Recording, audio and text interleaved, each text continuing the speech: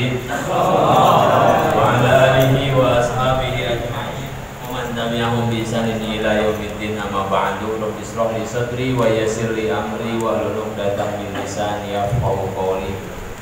Allahumma anfa'na bima 'allamtana wa 'allimna ma yanfa'una wa zidna ilma. Allahumma arzuqna fahman nabiyyin wa hifdzal mursalin wa 'amalal malaikatil muqarrabin. Subhanaka la ilma lana illa ma 'allamtana innaka antal alimul hakim. Shadaqallahu azim. Teman-teman yang dirahmati Allah Subhanahu wa taala, seperti biasa kita ngaji membaca kitab Bulughul Maram min Adillatil Ahkam, hadis-hadis yang dikumpulkan oleh Imam Ibnu Hajar Asqalani. Kita sampai kepada hadis, kalau di kitab saya hadis yang ke 308. Bismillahirrahmanirrahim. Qala Syekh Malik rahimahullahu taala wa nafa'ana Allah bihi wa bi 'ulumi fid dharain amin. Qala radhiyallahu an, berkata pengarang kitab, wa an Abi Qatadah radhiyallahu an, dari Abu Qatadah semoga Allah ridho kepadanya, qala, berkata Abu Qatadah, karena Rasulullah sallallahu alaihi wasallam, adalah Nabi Muhammad sallallahu alaihi wasallam, yusolli bina, Rasulullah salat bersama kami. Abu Qatadah menceritakan bagaimana salatnya Nabi Muhammad sallallahu alaihi wasallam. Bina, diantara kami, yakni Rasulullah menjadi imam, kami kumpul, kemudian Rasulullah mengimami kami dalam salat tersebut. Ini namanya hadis fi'liyah, perbuatan Nabi Muhammad sallallahu alaihi wasallam diceritakan oleh sahabat. Yusolli bina, Rasulullah salat bersama kami, fayaqra'u fi dhuhri wal asri, dan Rasulullah membaca di dalam sholat zuhur dan sholat asar, fi rak'atainil ulayaini, di dua rakaat yang pertama, bi Fatihatil kitab wa suratain. Dua rakaat yang pertama Rasulullah membaca Fatihatul kitab, Al-Fatihah, wa suratain, dan dua surat. Kita sudah sih sholat seperti Rasulullah, ya, yaitu dua rakaat yang pertama kita baca surat, dua rakaat yang keduanya enggak. Kalau ada yang nanya kenapa begitu, ya dari dulunya udah begitu. Dari dulunya udah begitu. Paling kalau yang nanya anak kita, marahan kita ditanya. Rupanya dasarnya adalah hadis ini. Wa yusmi'unal ayata ahyanan, dan Rasulullah memperdengarkan bacaannya kepada kami kadang-kadang, enggak terus-terusan. Kadang bacaan Rasulullah terdengar oleh kami. Wa yutawwilu fi rak'atal ula, dan Rasulullah memperpanjang rakaat yang pertama. Artinya di sholat zuhur dan sholat asar lebih panjang rakaat yang pertama ketimbang rakaat yang kedua. Wa yaqra'u fil akhirayaini, dan Rasulullah membaca di dua rakaat yang terakhir, yaitu rakaat ketiga dan keempat. Bi Fatihatil kitab, Rasulullah hanya membaca Al-Fatihah saja. Muttafaqun alaih, hadis ini diriwayatkan oleh Imam Bukhari dan Imam Muslim. Apa kesimpulan fikih yang diambil dari hadis ini? Yang pertama, tentang wajibnya membaca suratul Fatihah di setiap rakaat. Maka kalau ada orang ketinggalan tidak baca suratul Fatihah, rakaat itu nggak dianggap, dianggap nggak ada rakaat itu. Kenapa? Karena rukun, nggak sah satu rakaat itu. Pertama. Yang kedua adalah bahwa diperbolehkan imam terkadang tidak terus-terusan, walaupun zuhur dan asar ini kan sholat sirriyah, sholat yang pelan bacaannya, tapi terkadang diperdengarkan oleh Rasulullah kepada para sahabat bacaan sholat sirriyah, yaitu zuhur dan asar. Jadi terkadang membaca, untuk apa tujuannya? Biar para jemaah ini, Rasulullah sedang mengajarkan kepada jemaah apa yang dibaca ketika sholat zuhur dan sholat asar, sehingga para sahabat tahu, oh Rasul baca Al-Fatihah terus, tapi suratnya hanya dibaca di dua rakaat yang pertama, yang kedua. Berarti bacaan Rasulullah, bacaan-bacaan di dalam sholatnya tidak di dalam hati walaupun sholat sirriyah. Kalau semua bacaan sholat Rasulullah Fatihah dan suratnya di dalam hati, para sahabat yang di belakangnya nggak akan didengar dan nggak akan ada hadis ini. Yusmiuna, sengaja asma'a yusmi, Rasul memperdengarkan kepada kami. Maka untuk membantu khusyuk, ya, terdengar bacaan kita minimal oleh telinga kita sendiri, walaupun itu sholat sirriyah. Kemudian apa hikmahnya sholat duhur lebih panjang, lebih lama? Oh ini belum. Di hadis yang selanjutnya, rokaat yang pertama selalu lebih lama daripada rokaat yang kedua. Berarti surah yang dibaca di rokaat pertama lebih panjang daripada surah yang dibaca di rokaat yang kedua, baik duhur dan asar. Berapa kira-kira jumlah ayatnya nanti dijelaskan di hadis yang selanjutnya. Apa hikmahnya? Hikmahnya adalah biar orang-orang yang terlambat kedapatan sholat rakaat yang pertama. Ini bagaimana Rasulullah sangat sayang memperhatikan kepada orang-orang yang mau berbuat kebajikan. Satu. Hikmahnya yang kedua adalah biasanya orang di rakaat yang pertama itu belum bosan, ya, masih semangat sholat Allahu Akbar. Beda dengan rakaat yang kedua, ketiga, keempat, udah campur mual, udah campur batu, ya. Kalau usah lama-lama, artinya lebih pendek daripada rakaat pertama. Apalagi sholat zuhur. Sholat zuhur itu waktu lalai orang tidur. Kenapa? Ada kesunahan sebelum zuhur namanya qailulah Rasulullah. Apa qailulah? Qailulah itu tidur sedikit sebelum zuhur, ya. Qailulah sedikit tidur sebelum zuhur. Ikut Rasulullah qailulah dari jam berapa? Dari jam 10 sampai jam 3, bukan qailulah keblung itu mah, ya. Sunnah itu. Kenapa? Biar kuat nanti bangun malamnya, ya.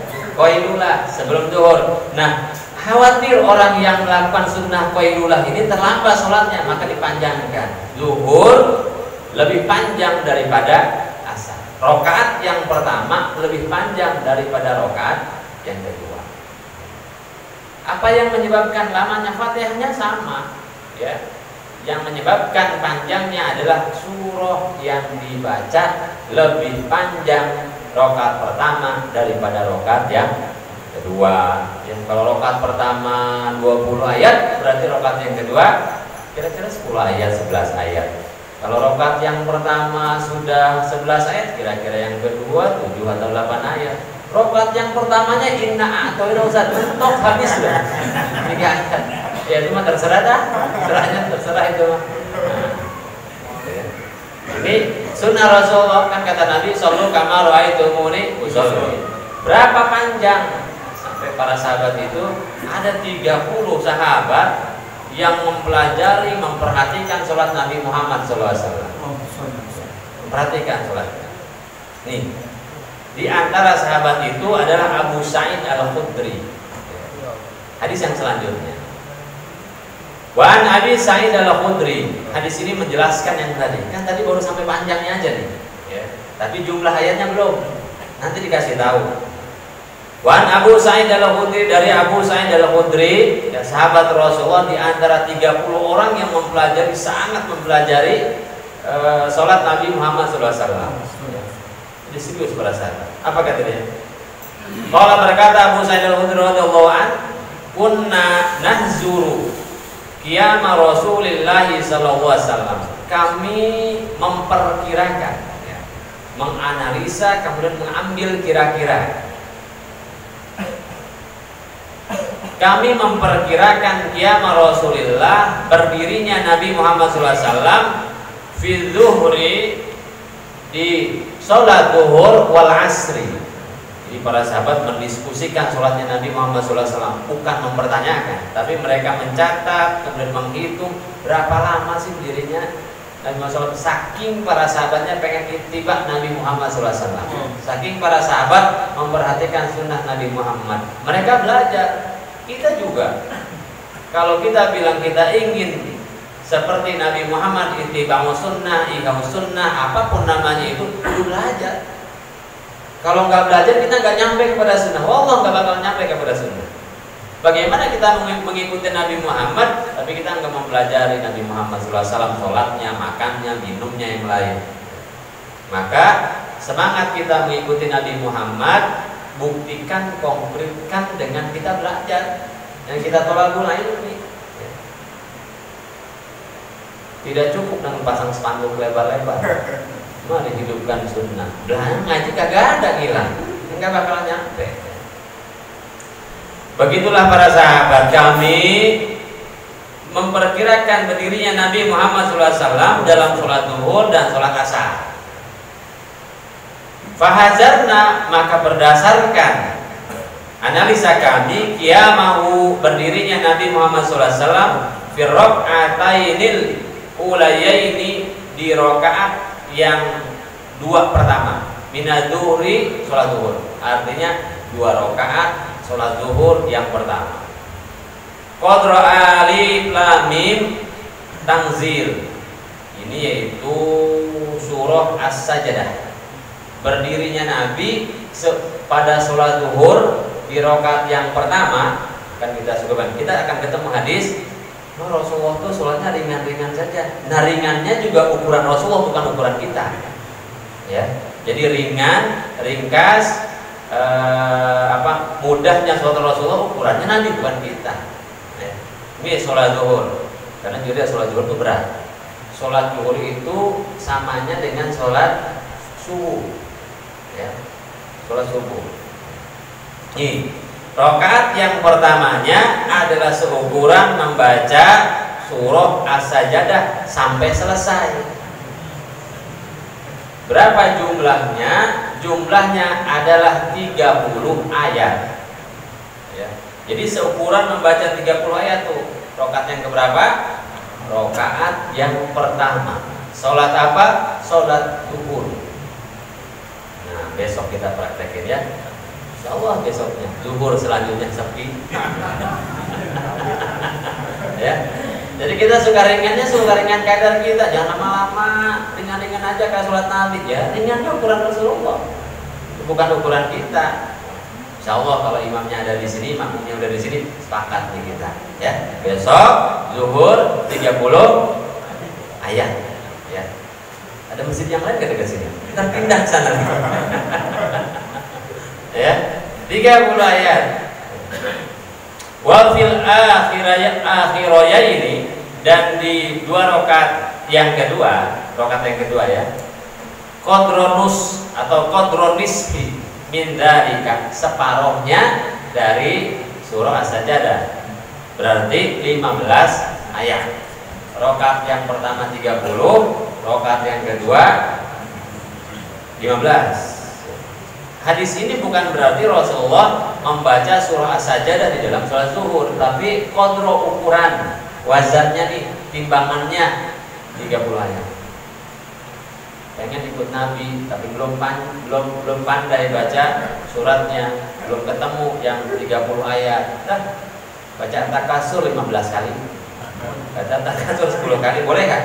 Satu rakaat beberapa surat. Boleh, tidak ada masalah.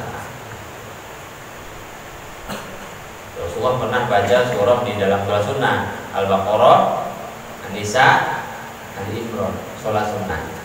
Jangan coba-coba di sholat fardu di Masjid Al-Muhajirin, itu imam langsung coret. Ya, sholat sunnah. Ini zuhur. Kemudian wafil uraya ini setengahnya 15 ayat. Pakai timbangannya adalah timbangan ayat. Wafil ulayaini, dan di dalam 2 rakaat yang pertama minal asri, dari sholat asar, ala qadril akhirayaini minadzuhri. Rakaat asar nih, pindah ke asar kita. Asar ini lebih pendek daripada zuhur. Ukurannya rakaat yang pertamanya adalah sama dengan rakaat yang kedua zuhur katanya. Berarti rakaat yang pertama asar 15 ayat. Wal akhiraya ini ala nisfi min dzalika, dan rakaat yang kedua adalah setengahnya dari rakaat yang pertama. Berarti berapa ayat? 7,5. Hitungan banget ada setengahnya kan gitu ya. 8 ayat ya. Rakaat yang keduanya adalah 8 ayat. Selalu lebih pendek daripada yang pertama. Dan kata Sayyidina Ali bin Abi Thalib, warattilil Qur'ana tartila, di antara maknanya baca Quran dengan tartil berurutan. Kalau rokat yang pertama at-takasur, maka rokat yang keduanya wal asri, wailul, alam taro, lilam, terus sampai anas. Kalau rokat yang pertamanya kulhu, maka kemungkinannya falak dan anas. Kalau rokaat yang pertama udah anas, ayo yang kedua anas lagi. Kita pernah kejadian haji 2011 di Jarwal Taisir. Kita agak terpengaruh juga di Arab kan, panjang di masjid dekat Maktab. Begitu sholat maghrib, rokat yang pertama anas. Nah, siap rokat yang kedua apa nih sebenarnya gitu? Atau rokat yang kedua anas lagi, ya anas lagi. Ya coba-coba di sini ya. Apa tuh? Waratul Quran tartila. Ini ukuran panjang bacaan surah dan Quran asal. Gimana Ustaz kalau misalkan ada imam rokat yang pertamanya ina atau ina, yang keduanya alam taro, sah nggak sholatnya? Sah kata masyarakat. Cuman kelihatan aja kurang piknik ngajinya.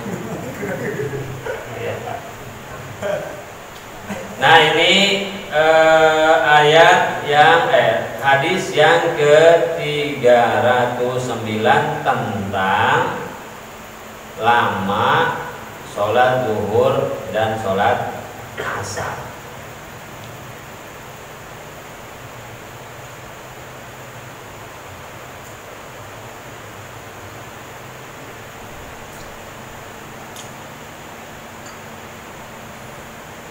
Rawahu Muslim, hadis ini diriwayatkan oleh Imam Muslim dalam bab sholat, hadis nomor 452.